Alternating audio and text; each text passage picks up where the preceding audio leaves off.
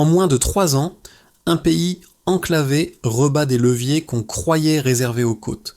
D'un côté, l'or que l'on raffinait ailleurs, de l'autre, l'énergie et la logistique qui dictent les prix quand une chaîne se tend. Alors, que signifie pour un spectateur lointain le pari d'Ibrahim Traoré si la valeur reste localement captée et si les intermédiaires perdent du terrain? Un mythe en construction ou une mécanique qui oblige les marchés à regarder autrement? Cette analyse promet une chose simple: clarifier pourquoi une série de décisions prises loin des grandes capitales peut produire des effets concrets bien au-delà de ses frontières. Il ne s'agit pas d'héroïsme ni de slogan, mais d'enjeux mesurables. Coût, fiabilité, dépendance et confiance. En suivant la trajectoire engagée sous Ibrahim Traoré, le lecteur comprend comment des choix industriels, logistiques et énergétiques s'additionnent pour modifier des équilibres qui semblaient figés. L'intérêt est double. D'abord, saisir comment la rétention de valeur à l'intérieur d'un pays transforme la fiscalité, l'emploi et la légitimité politique. Ensuite, voir comment ces transformations locales peuvent influencer des chaînes d'approvisionnement régionales, puis internationales, avec des répercussions indirectes sur les prix, la stabilité et le risque perçu. L'enjeu central n'est donc pas de savoir si le Burkina Faso construit plus d'infrastructures crânes qu'hier, mais si ce modèle réduit durablement la vulnérabilité face aux chocs extérieurs. C'est là que le pari d'Ibrahim Traoré devient pertinent, non comme un symbole, mais comme un test de cohérence entre ambition et exécution.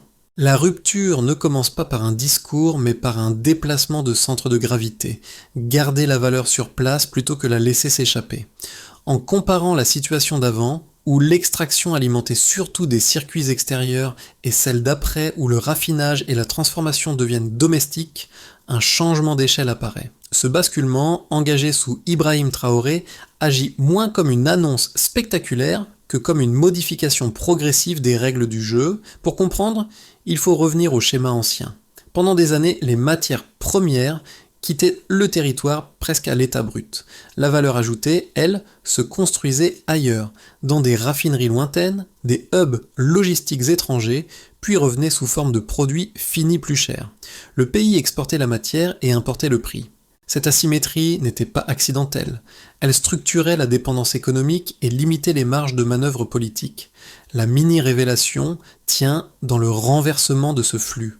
En internalisant certaines étapes clés, raffinage de l'or, stockage de carburant, logistique aérienne, le Burkina Faso modifie les signaux envoyés au marché et aux partenaires.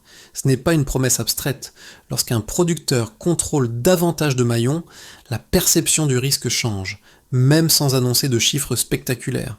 Les comparaisons avant-après deviennent alors plus parlantes que n'importe quel slogan. Ce contexte éclaire la stratégie d'Ibrahim Traoré. Il ne s'agit pas d'accumuler des projets isolés, mais de cibler des points de pression où le contrôle se transforme en levier, l'énergie pour la continuité, les routes pour la légitimité quotidienne, l'or pour la crédibilité financière. Chaque élément pris, seul, paraît ordinaire. Ensemble, ils dessinent un modèle cohérent qui cherche à réduire la vulnérabilité structurelle. La question qui se pose désormais est simple. Ce déplacement de valeur suffit-il à transformer durablement la relation du pays au monde, ou n'est-ce qu'une parenthèse avant le retour des anciens équilibres? Pour mesurer l'impact réel d'une stratégie, il faut quitter les tableaux macroéconomiques et regarder les trajectoires humaines qu'elle met en mouvement.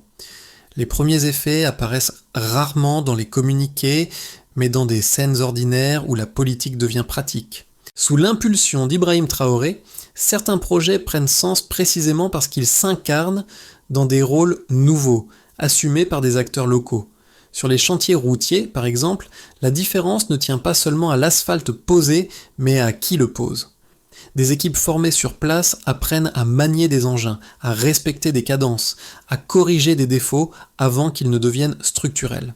Chaque kilomètre terminé crée une compétence réutilisable, et cette compétence devient un capital plus durable que le béton lui-même. L'effet immédiat est visible. Des villages restent accessibles plus longtemps dans l'année, des services arrivent à l'heure, des retards cessent d'être la norme. Dans l'aviation, le symbole est tout aussi parlant. La remise en service d'une compagnie nationale ne se limite pas à remettre un avion en vol. Elle exige des mécaniciens certifiés, des procédures de maintenance, une discipline collective autour de la sécurité. Ces exigences transforment un secteur fragile en un écosystème qui apprend à fonctionner selon des standards mesurables. Là encore, l'effet dépasse le transport. La mobilité devient un signal de souveraineté opérationnelle. Ces personnages relais, opérateurs, techniciens, encadrants, ne font pas la une des journaux, mais ils matérialisent le pari en cours. Leur quotidien révèle si la stratégie tient dans la durée ou si elle reste dépendante d'un élan politique initial. En observant ces premiers effets, une question s'impose. Ces transformations locales peuvent-elles s'additionner assez vite pour produire un changement d'échelle crédible? Avant le tournant, la trajectoire était prévisible. Les ressources sortaient, les marges se concentraient ailleurs et l'État gérait surtout les conséquences. Après le déclenchement, la logique change. Certains flux sont retenus, d'autres redirigés et les priorités s'alignent autour de la continuité plutôt que de l'urgence. Ce passage d'un modèle réactif à un modèle intentionnel marque le premier mouvement de la chaîne d'événements associé au pari porté par Ibrahim Traoré. Le déclenchement repose sur une idée simple: identifier les points où une interruption coûte le plus cher. L'énergie, le transport et la transformation des matières premières figurent en tête de liste.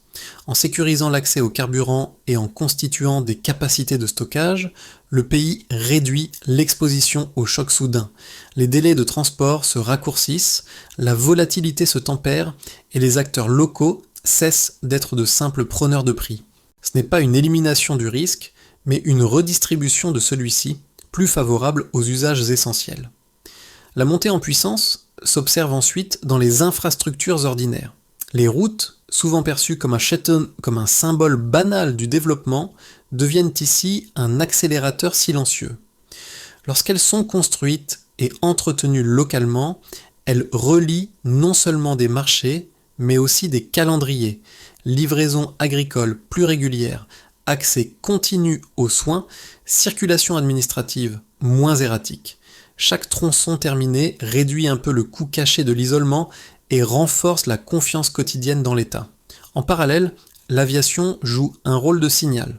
Relancer une compagnie nationale, moderniser un aéroport, former des équipes de maintenance ne produit pas seulement des vols supplémentaires. Cela envoie un message de capacité organisationnelle. Les assureurs, les partenaires logistiques et les investisseurs lisent ces signaux comme des indicateurs de sérieux opérationnel. Là encore, l'effet n'est pas immédiat, mais cumulatif. La crédibilité se construit par répétition, non par annonce. Les répliques apparaissent lorsque ces initiatives commencent à interagir. Une route fiable soutient une chaîne d'approvisionnement énergétique plus stable. Une énergie plus prévisible permet aux ateliers et aux services de fonctionner au-delà des heures contraintes. La transformation locale des ressources, qu'il s'agisse de métaux ou de produits agricoles, retient davantage de revenus et crée des emplois moins vulnérables aux aléas extérieurs. Chaque réplique amplifie la précédente, sans nécessité de rupture spectaculaire. Cependant, cette chaîne n'est pas à sens unique. Plus le modèle gagne en cohérence, plus il attire l'attention. Les intermédiaires perdent des marges, certains intérêts se sentent menacés et les points de fragilité deviennent visibles. Sous Ibrahim Traoré, la difficulté n'est donc pas seulement de lancer des projets, mais de maintenir leur rythme face aux pressions, aux tentatives de sabotage ou aux critiques amplifiées. La dynamique est désormais enclenchée. Reste à savoir si cette succession d'événements peut se stabiliser avant que les répliques négatives ne prennent le dessus. Au point de départ, la situation se caractérisait par une forte exposition aux ruptures, carburant cher et irrégulier, transformation industrielle limitée, infrastructures dépendantes de prestataires extérieurs. Après les premières décisions structurantes, le tableau se déplace vers une logique différente, où la continuité devient l'indicateur central. Ce passage du subir au planifier constitue le cœur de la lecture quantitative associée à la trajectoire engagée sous Ibrahim Traoré. Le premier indicateur concerne l'énergie et les carburants. Dans le modèle antérieur, chaque perturbation régionale se traduisait par une hausse immédiate des coûts et des pénuries localisées. En renforçant les capacités de stockage intérieur et en sécurisant des accès logistiques plus directs, l'effet observé n'est pas une disparition de la volatilité mais un amortissement. Les chocs extérieurs continuent d'exister, toutefois leur transmission vers les usagers essentiels, transporteurs, hôpitaux, agriculteurs, devient moins brutale. La mesure pertinente ici n'est pas un prix isolé, mais la régularité d'approvisionnement, qui réduit les interruptions coûteuses. Un second axe quantifiable concerne la transformation de la valeur. Lorsque l'or ou les produits agricoles quittent le territoire sans transformation, la majeure partie des recettes fiscales et des emplois qualifiés se créent ailleurs. En internalisant certaines étapes, le delta se lie dans la structure des revenus plutôt que dans un chiffre unique. La part de valeur captée localement augmente, ce qui élargit la base fiscale et stabilise les ressources publiques. Ce glissement modifie la perception du risque pays car les recettes deviennent moins dépendantes d'un seul maillon extérieur. Les infrastructures routières offrent un troisième registre de mesures. Avant, l'accessibilité variait fortement selon les saisons, avec des coûts indirects élevés, retards, pertes agricoles, services interrompus. Après, la continuité des axes entretenus localement se traduit par des gains cumulatifs. Les trajets deviennent plus prévisibles, les délais se contractent, et la productivité quotidienne augmente sans nécessité de subventions permanentes. Ici encore, l'indicateur clé est la répétition. Chaque saison sans rupture renforce l'effet de la précédente. L'aviation et la logistique aérienne apportent un signal complémentaire. La remise en service d'appareils et la montée en compétence des équipes de maintenance se traduisent par une baisse du risque opérationnel perçu. Les assureurs et partenaires techniques évaluent moins l'intention politique que la conformité aux procédures. Lorsque celles-ci sont respectées de manière continue, le coût du capital et de l'assurance tend à se normaliser. Le delta se lie alors dans l'accès au financement et la fiabilité des liaisons. Ces éléments, pris ensemble, dessinent une évolution mesurable sans dépendre d'annonces spectaculaires. Le pari d'Ibrahim Traoré repose précisément sur cette accumulation discrète, remplacer des pics instables par des plateaux plus fiables. La question restante n'est pas de savoir si les indicateurs bougent, mais s'ils peuvent rester alignés dans la durée face aux pressions politiques, économiques et sécuritaires. Toute stratégie qui modifie des équilibres établis appelle une lecture critique solide. L'argument opposé le plus fréquent tient en 2 points et il mérite d'être formulé sans caricature. Premièrement, certains estiment que l'accumulation rapide de projets augmente le risque d'exécution. Raffinerie, routes, aviation, énergie. Chaque chantier exige des standards élevés et la multiplication des fronts peut diluer la capacité de contrôle. Dans cette lecture, un seul échec visible suffirait à fragiliser l'ensemble du modèle engagé sous Ibrahim Traoré. Le second argument concerne la soutenabilité politique et institutionnelle. Même si les intentions sont claires, la continuité dépend de procédures, d'audits et d'une discipline administrative rarement spectaculaire. Les critiques soulignent que l'histoire régionale regorge d'exemples où des réformes prometteuses ont été ralenties par des pratiques de favoritisme, des retards de maintenance ou une formation insuffisante. Selon eux, sans garde-fou robuste, la captation de valeur locale pourrait créer de nouveaux centres de rente, plutôt que réduire les anciens. Ces objections gagnent en force lorsqu'elles sont appuyées par des scénarios concrets. Une raffinerie qui ne respecte pas des normes strictes peut devenir un risque plutôt qu'un atout. Des routes mal entretenues s'érodent rapidement sous la pression politique de livrer vite. Une compagnie aérienne relancée sans culture de sécurité solide expose le pays à des incidents coûteux, bien au-delà de l'image. Dans cette perspective, la prudence est présentée comme la condition de la crédibilité. La réponse à ces arguments ne consiste pas à les écarter, mais à les intégrer. Le cœur de la contre-lecture repose sur la distinction entre ambition et séquence. Le pari n'est pas de tout réussir immédiatement, mais de démontrer une capacité à corriger, documenter et maintenir. C'est là que la trajectoire d'Ibrahim Traoré se joue réellement, dans la publication des audits, la traçabilité des formations et la répétition des standards. Si ces mécanismes se tiennent, les critiques deviennent des tests utiles. S'ils échouent, elles se transforment en diagnostics précoces. La solidité du modèle dépend donc moins de l'absence d'erreurs que de la manière dont elles sont traitées. C'est à ce moment-là que, progressivement, la crédibilité remplace l'élan. À ce stade, la trajectoire change de nature. Ce qui comptait au départ, c'était l'impulsion politique. Désormais, ce sont les routines qui décident. Le milieu du parcours révèle une vérité moins visible. Un modèle ne tient pas par l'addition de projets, mais par la cohérence de leurs interfaces. Sous Ibrahim Traoré, le basculement intervient lorsque les chantiers cessent d'être perçus comme des annonces et commencent à fonctionner comme un système. Le signe le plus net n'est pas spectaculaire. Il apparaît lorsque les calendriers s'alignent, routes livrées à temps pour soutenir la logistique énergétique, maintenance aérienne synchronisée avec l'ouverture de nouvelles capacités, transformation locale qui suit réellement l'extraction. Cette coordination réduit les frictions internes, celles qui transforment souvent une bonne idée en promesse fragile. La performance ne dépend plus d'un acteur isolé, mais de la capacité collective à tenir des standards ordinaires jour après jour. Ce point de bascule modifie aussi la lecture extérieure.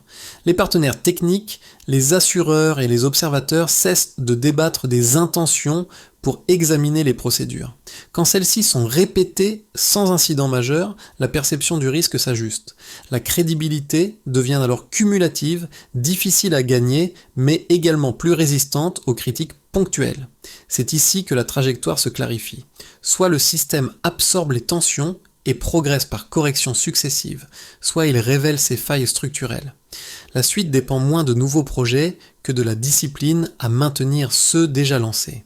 Lorsque les choix stratégiques sortent du registre conceptuel, leurs effets se distribuent de manière inégale mais lisible.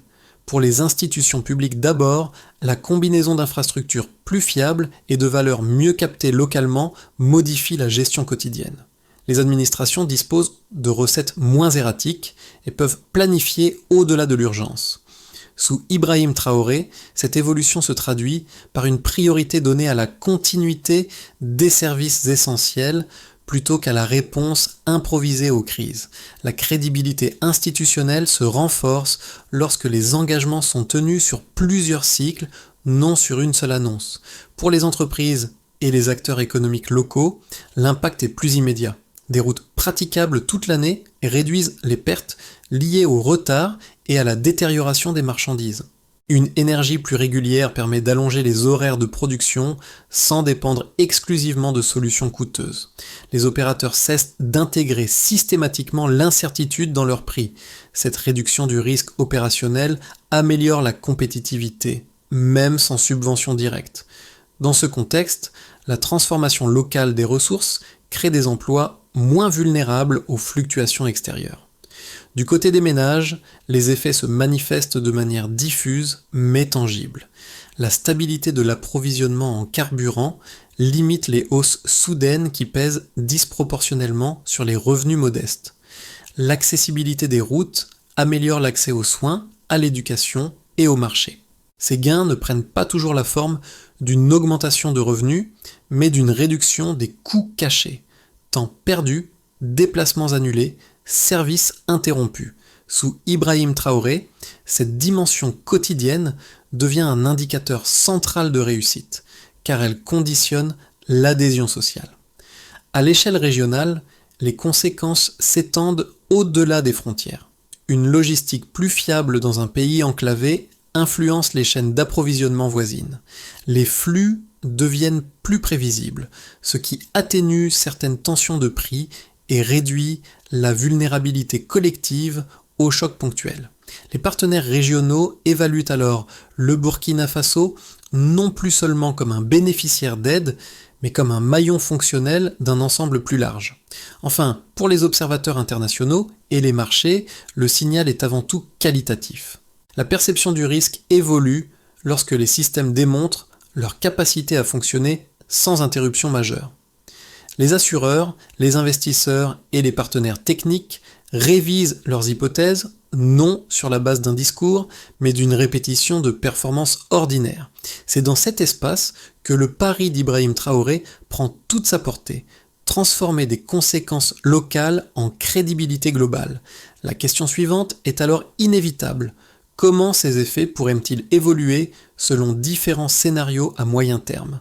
À horizon de 6 à 12 mois, la trajectoire engagée peut évoluer selon 3 scénarios distincts, chacun structuré autour d'un levier principal. Le scénario de base repose sur la continuité. Les projets lancés sous Ibrahim Traoré avancent sans accélération spectaculaire ni rupture majeure. Les infrastructures ne fonctionnent de manière suffisamment fiable pour éviter les chocs les plus coûteux. Dans ce cadre, la crédibilité progresse lentement mais sûrement, portée par la répétition de standards opérationnels et une discipline administrative constante. Le pays ne transforme pas encore l'ensemble de son modèle, mais il consolide ses acquis et réduit sa vulnérabilité immédiate. Le scénario optimiste s'articule autour de l'intégration réussie. Les différents chantiers cessent d'être perçus comme des initiatives parallèles et commencent à produire des effets systémiques. Les routes soutiennent efficacement la logistique énergétique, l'aviation renforce l'attractivité commerciale et la transformation locale des ressources élargit la base d'emplois qualifiés. Dans cette configuration, la perception du risque baisse plus rapidement, ouvrant l'accès à des partenariats techniques et financiers plus favorables. Le pari d'Ibrahim Traoré devient alors un exemple régional, non par son discours, mais par sa capacité à aligner ambition et exécution. Le scénario défavorable, enfin, se construit autour d'un point de rupture.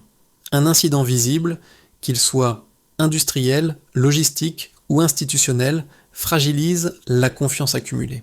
Les critiques trouvent un terrain concret, les partenaires adoptent une posture d'attente et les coûts de financement augmentent. Les projets continuent d'exister, mais leur impact se dilue sous la pression de la gestion de crise.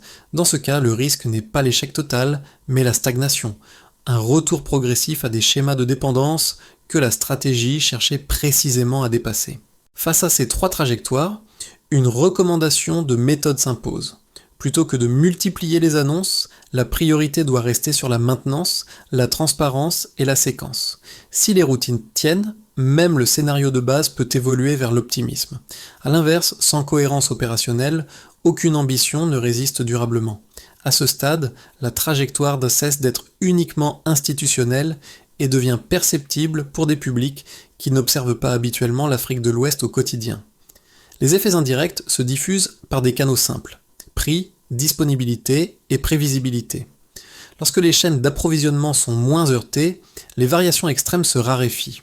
Sous Ibrahim Traoré, l'enjeu n'est pas de produire des bénéfices spectaculaires pour l'extérieur, mais de réduire les sources de turbulences qui se répercutent bien au-delà des frontières.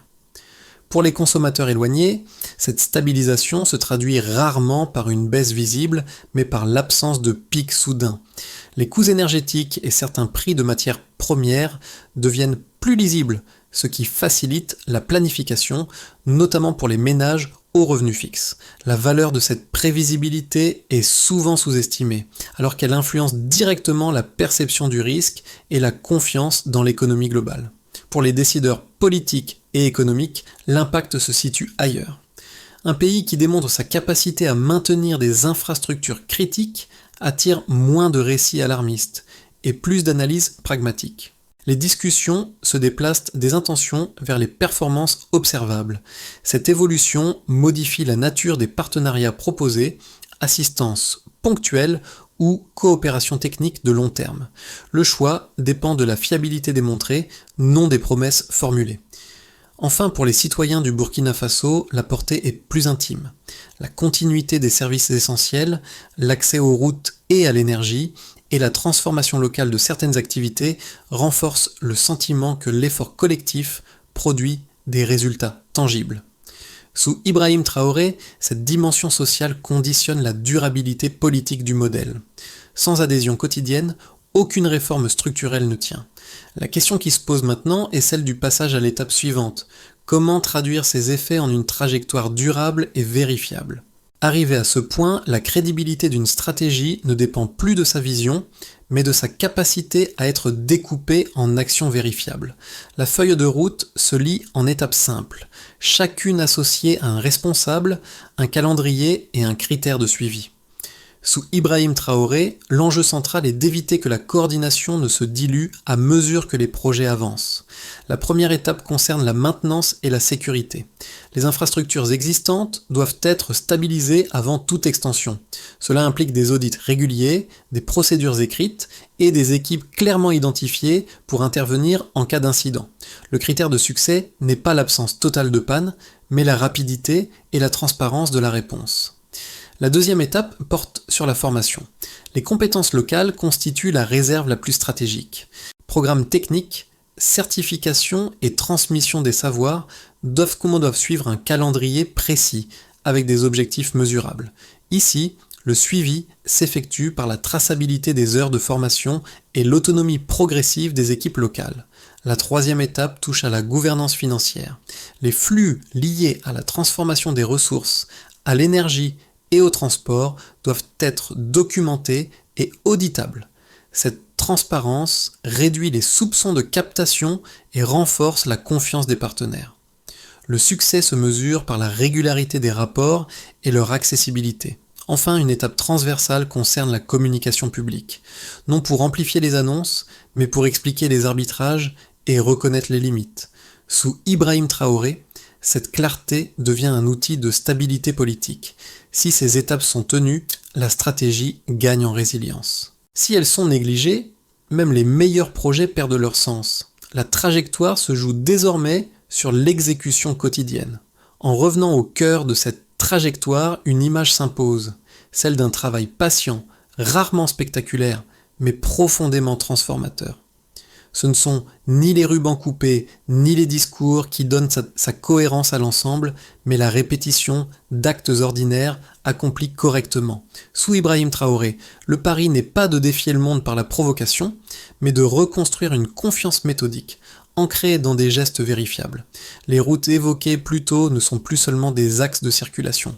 Elles deviennent des preuves de ponctualité retrouvée, de services accessibles, de promesses tenues sans mise en scène.